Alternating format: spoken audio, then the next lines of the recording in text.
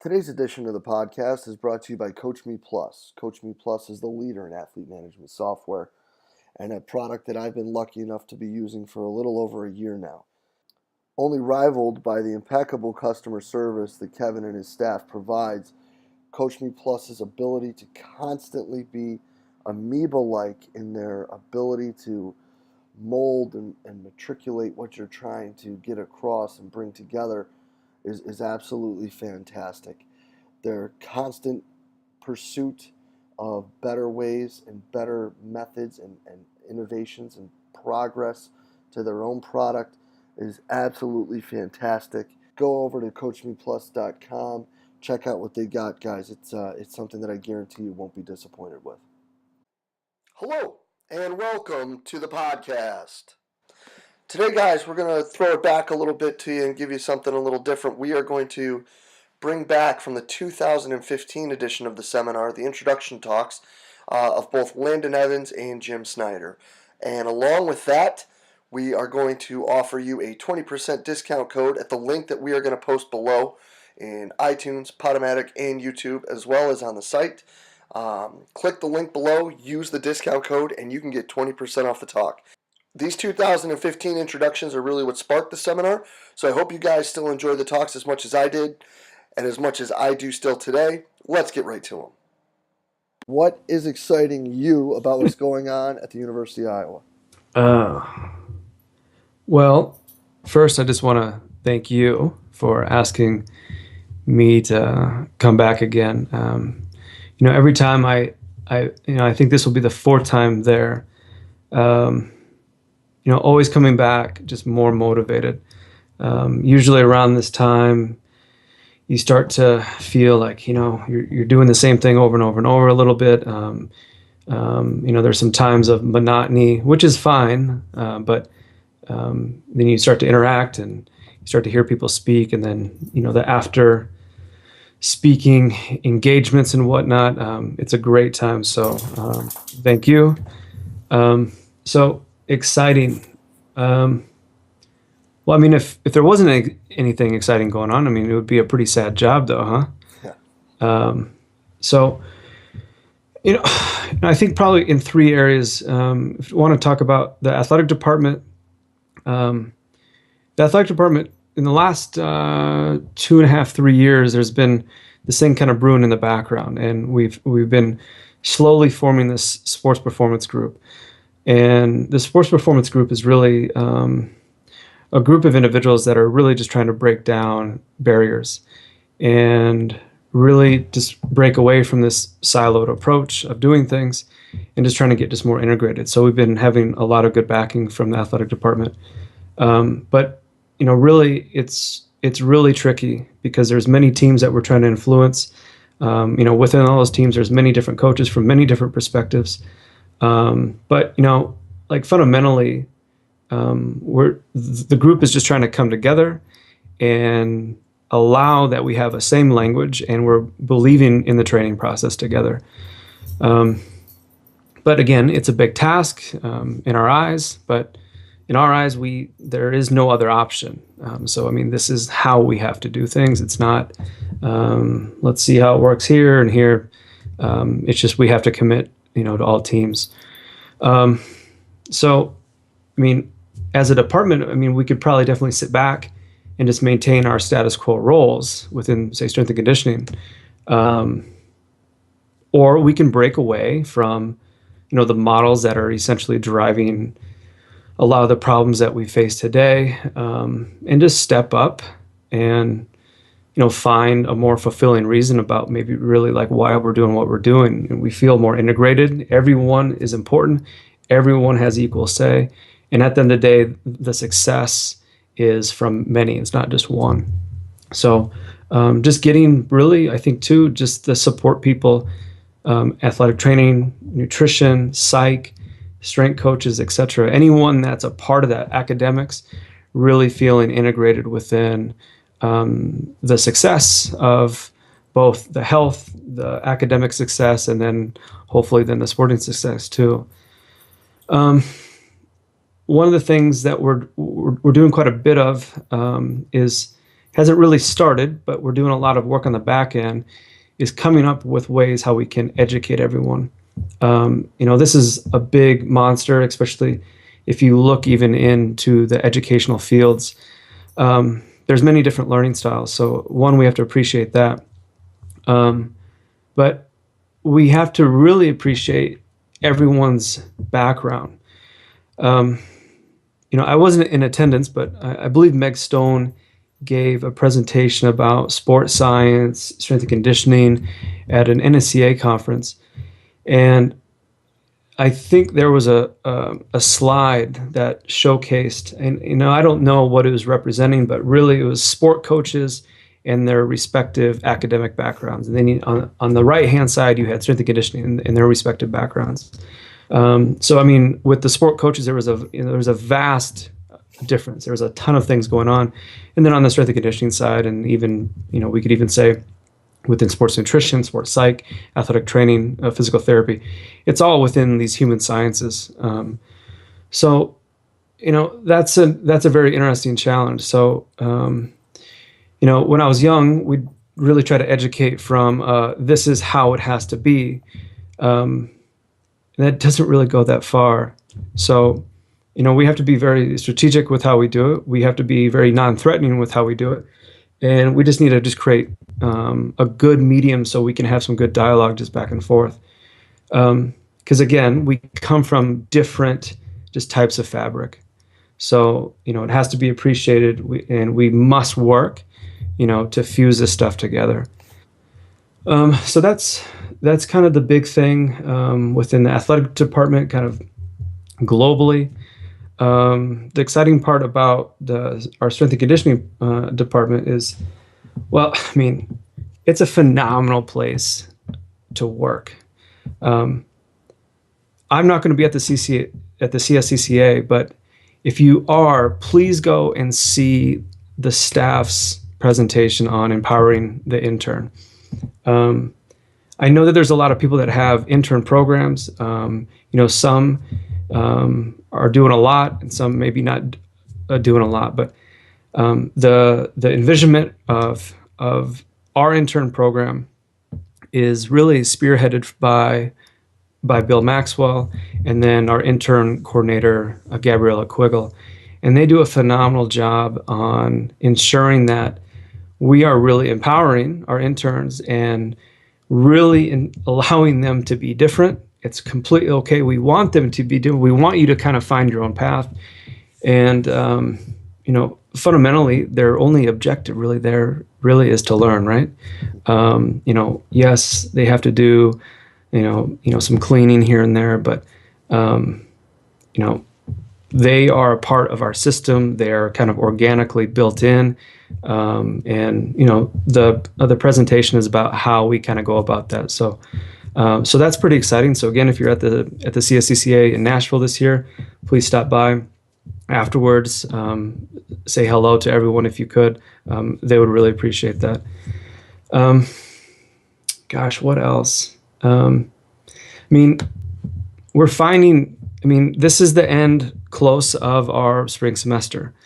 So we have the summer coming up. So this is always the time of going, what did we do well as a department? What did we not do well?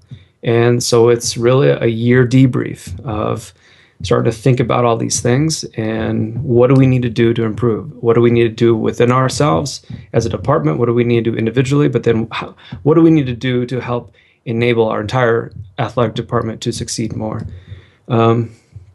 So we're continually just working on those things. What else? Track and field. So I'm the strength coach for the entire track and field program. This year's been great. There's been a lot of changes actually. So we have a new director. He was the men's sprint coach as well. So then he got promoted up into the director. Then we have two new coaches, our throws and then our mid-distance coach. So that has been very interesting since I've been with track ever since I've been here, since August of 12. So really helping Coach Woody out with his new roles and responsibilities and things that he hasn't maybe dealt with before, learning two other coaches' kind of philosophies and having them get integrated into what we feel is a pretty neat situation with how we work. And I think probably with the two new ones is learning to work with a strength coach that's much different. I think sees track for what it is, and not having a big bias within strength and conditioning. So understanding the programming, load management, etc. So that's been fun. That's been fun, kind of going through that process with them. So the kids that were supposed to do well are doing really well. I mean, outcomes have been pretty successful this year, both on men's and women's side. Um, you know, I'm not too big on stats or anything in terms of where would we sit within the Big Ten based off of our best performances, because at the end of the day, when it comes down to a conference championship, it's a matter of what do we do that day, Mm-hmm. from a collective standpoint. But um, our results across both men and women are up there. So we're doing some things well. Um, so we'll just have to kind of wait and see.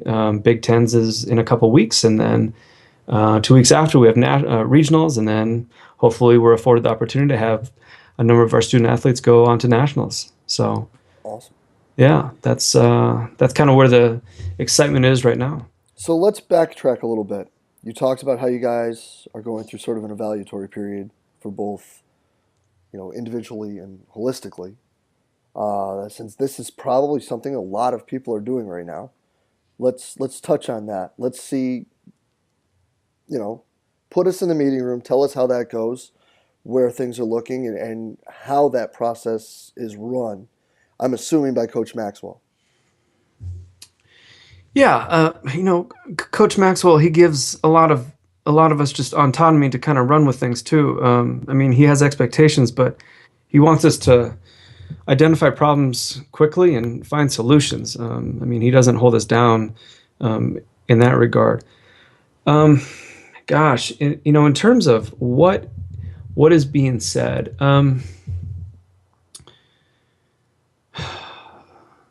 again, it's just furthering this integration idea, and um, getting much more comfortable with it, because maybe some coaches are not as much about maybe having a strength coach, maybe discussing quite a bit about their own training load management, how they sequence things, how they, just simply how they pick drills, having those conversations.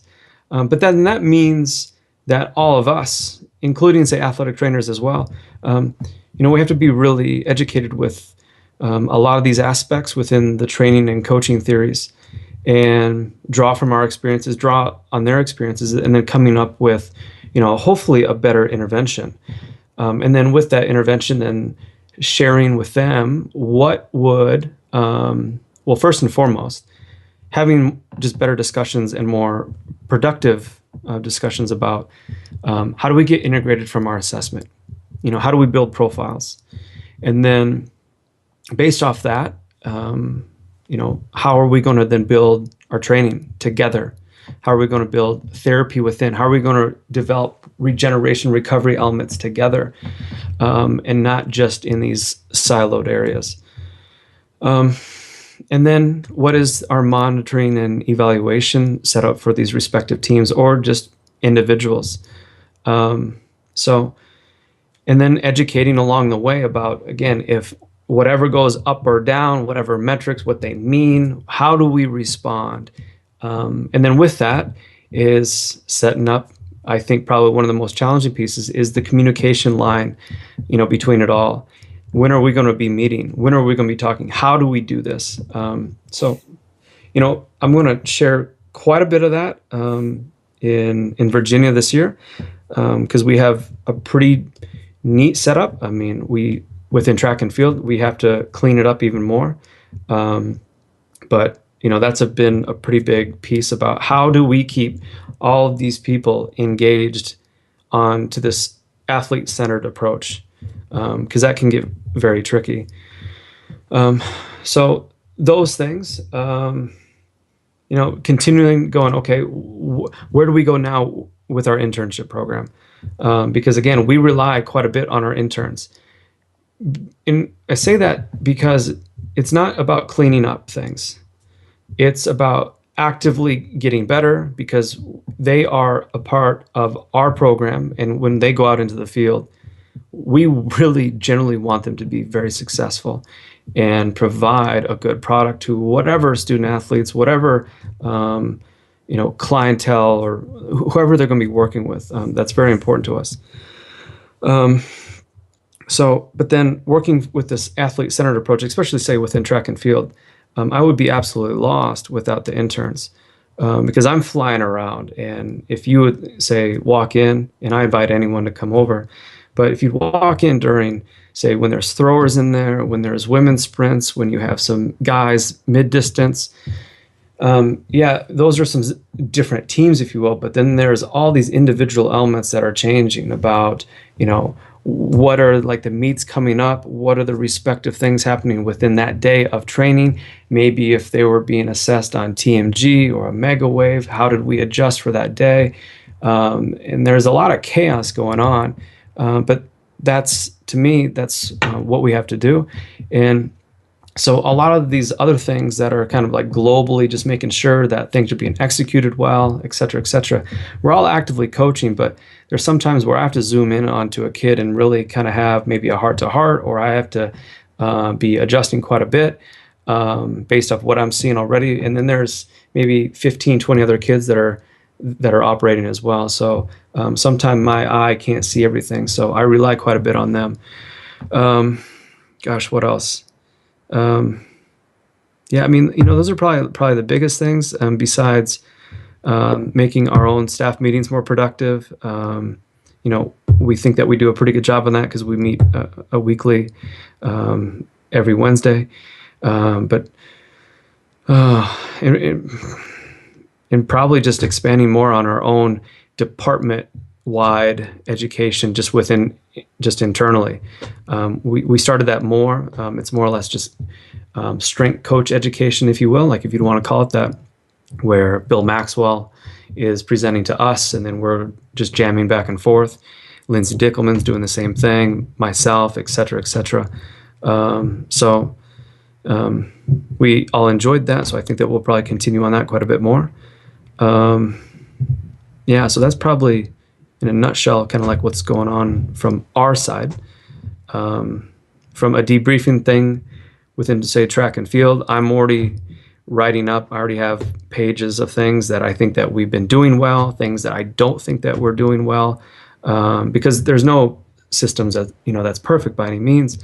But it's what's nice though, especially within track, is we have a good relationship where I can be brutally honest, and they're going, okay, like how do we solve this problem? So once we then have identified all of our problems, then hopefully, by the summertime and whatnot, we have enough time where we can regroup, we can find solutions, go through the solutions, and so then when our when August kind of rolls around, then we'll be ready to rock and roll again. So it's just an evolution. So no, that's awesome, and I think that really the model that you guys are putting together that we've talked about quite a bit is really going to take some people and have them take a step back and look at how inclusive a department actually can be, because there are so many people that look at it and it's just, it's like a square with four squares.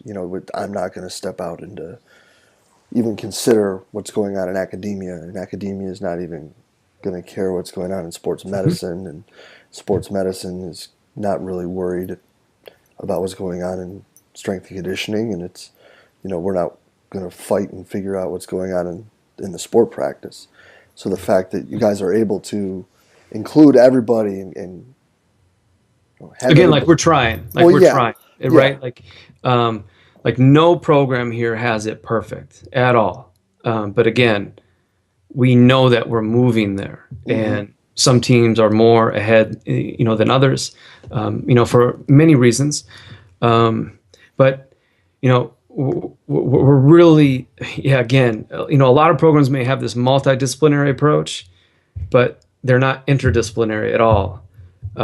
So, and at the end of the day, when we look at, say, injury prevention, we look at success of just wins and losses. When we look at PRs, when we look at, say, academic status and health, it's a function of all. So it gets very complicated. It gets, at times there's heated conversations because maybe someone screwed up, maybe I screwed up. But getting to a point where our team is really close and someone can tell me that I'm wrong, and you know what, like, because I know about kind of the closeness of the group and how integrated we are, you fix it pretty quick. So, because again, you appreciate you kind of like your hierarchy within the success of the student athlete, so you're just not just a strength coach. So Now, in the athlete-centered approach that you're using, I could see it being, I don't know if easier would be the word in like a track and field setting because it's so individual versus like softball or a basketball team where the whole is equal to the sum of the parts. Has there been more complications or ways that this has been different utilized when it's utilized in a, again, it's the wrong word, but in a team sport? yeah, yeah. I mean, a team sport is a combination of many individuals, but then now you have then team-based principles as well. So the conversations are generally the same. Say, for instance, within softball, if you would have, let's just say practice, okay? Because we're assuming that when they get to their respective field of play for a competition, you're putting out a really good product, a very ready product. But obviously that's harder because now you've just multiplied things out. So it's exponentially harder to ensure that everyone is showing up when it matters. Everyone a part of the team, especially, so someone like, like basketballs and, like whatnot.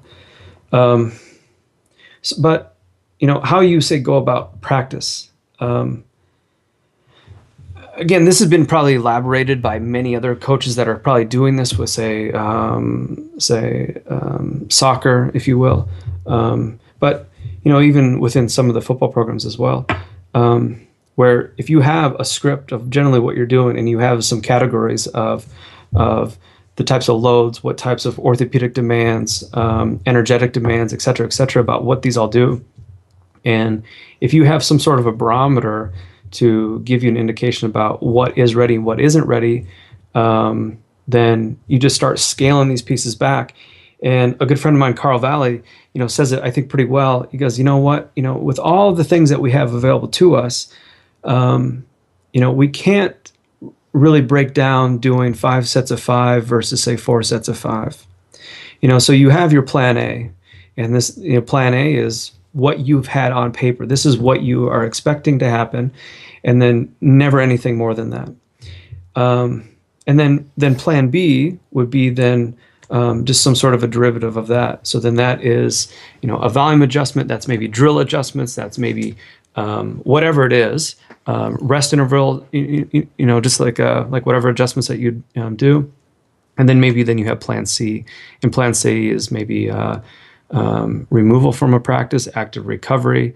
And then maybe it's just, they just need some time. So maybe they're just actively there. They're writing down, maybe they're helping out a manager or something like that, for that session, but they're still maybe actively involved, to some degree. And that's, honestly, like when we talk, especially, with even just our individual athletes, we talk about, being in a band. And, we want our athletes, to be working within this band. Like this is our acceptable band. And if athletes are outside of this band, we need to then appreciate where are we in our competition, year. Are we in a preparation period? Are we in a competition period? Are we in a transition period?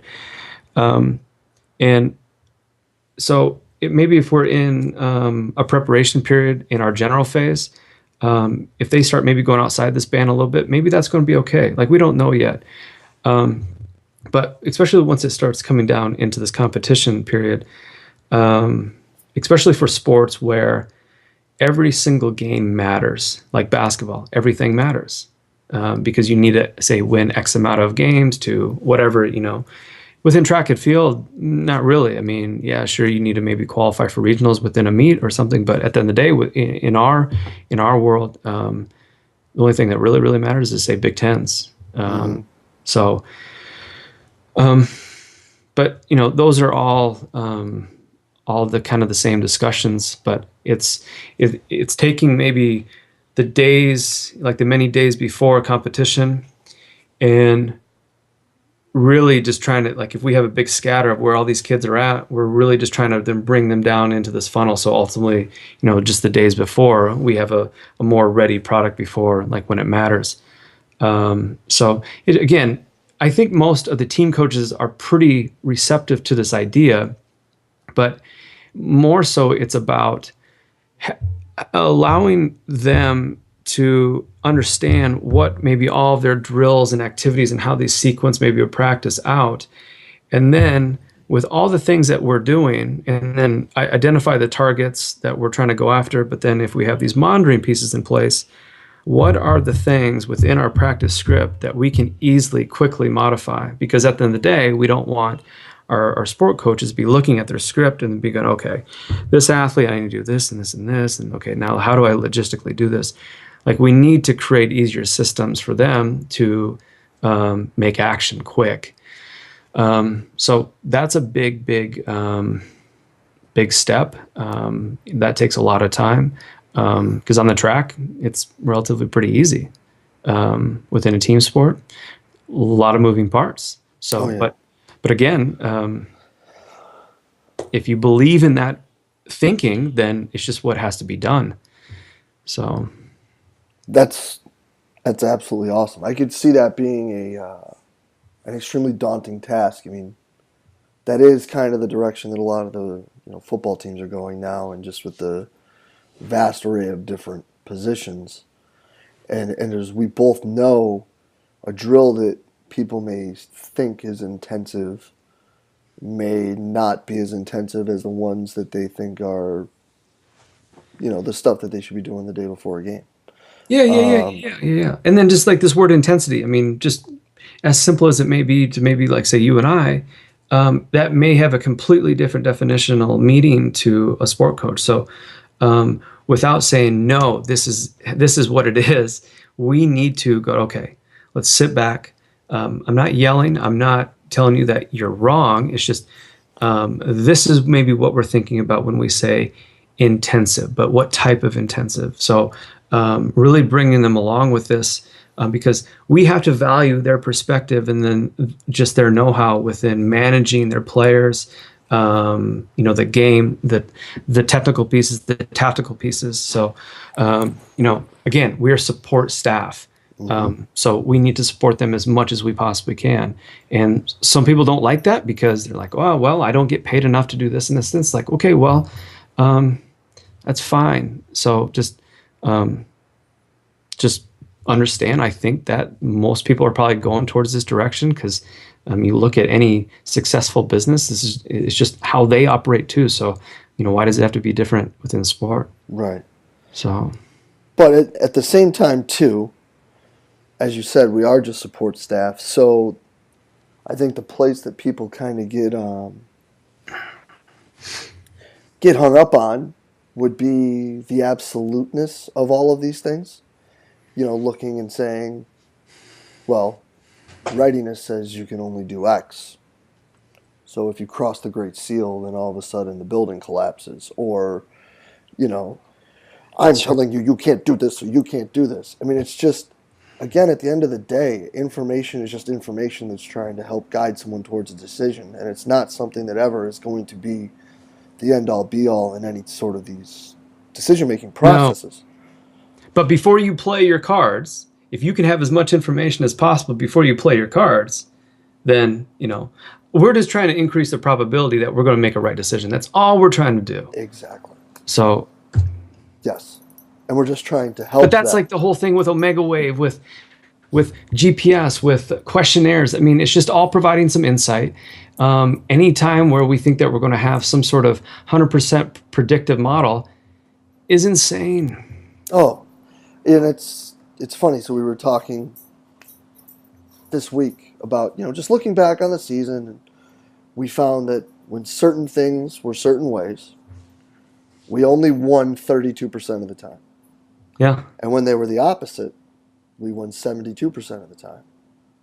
So the immediate reaction that everybody has when they see this is, "Holy mackerel! It better never be this way." sure. And it's like, guys, hey, hold on. We still won when we did this. Yeah, yeah. Just because it's over here doesn't mean Chicken Little's right. It just Right. means maybe it's not, if we're playing for the A10 championship the next day, maybe that's not what we want to do. No, I mean, of course, one season, I mean, an N of 30 isn't anything that's going to be like, woohoo. But it's interesting how people, they kind of like to look at this and then all of a sudden allow it to be the second coming, almost like a deity, if you may, because numbers don't lie. Well, I mean, I'm pretty sure that when Jordan scored 64 in the Garden and he had 106-degree fever, probably wouldn't have great readiness readings that day. Sometimes you just got to do what you got to do. Absolutely. When it's game time, you're still going to go, Yeah, unless there's some big medical probably reason, yeah. you know. Like But you yeah, broke your leg. yeah. But as you know, after Jordan did that, there was a big cost. Oh yeah, Big cost. I mean, but do we have enough time to pay it back? exactly, So, yeah. exactly.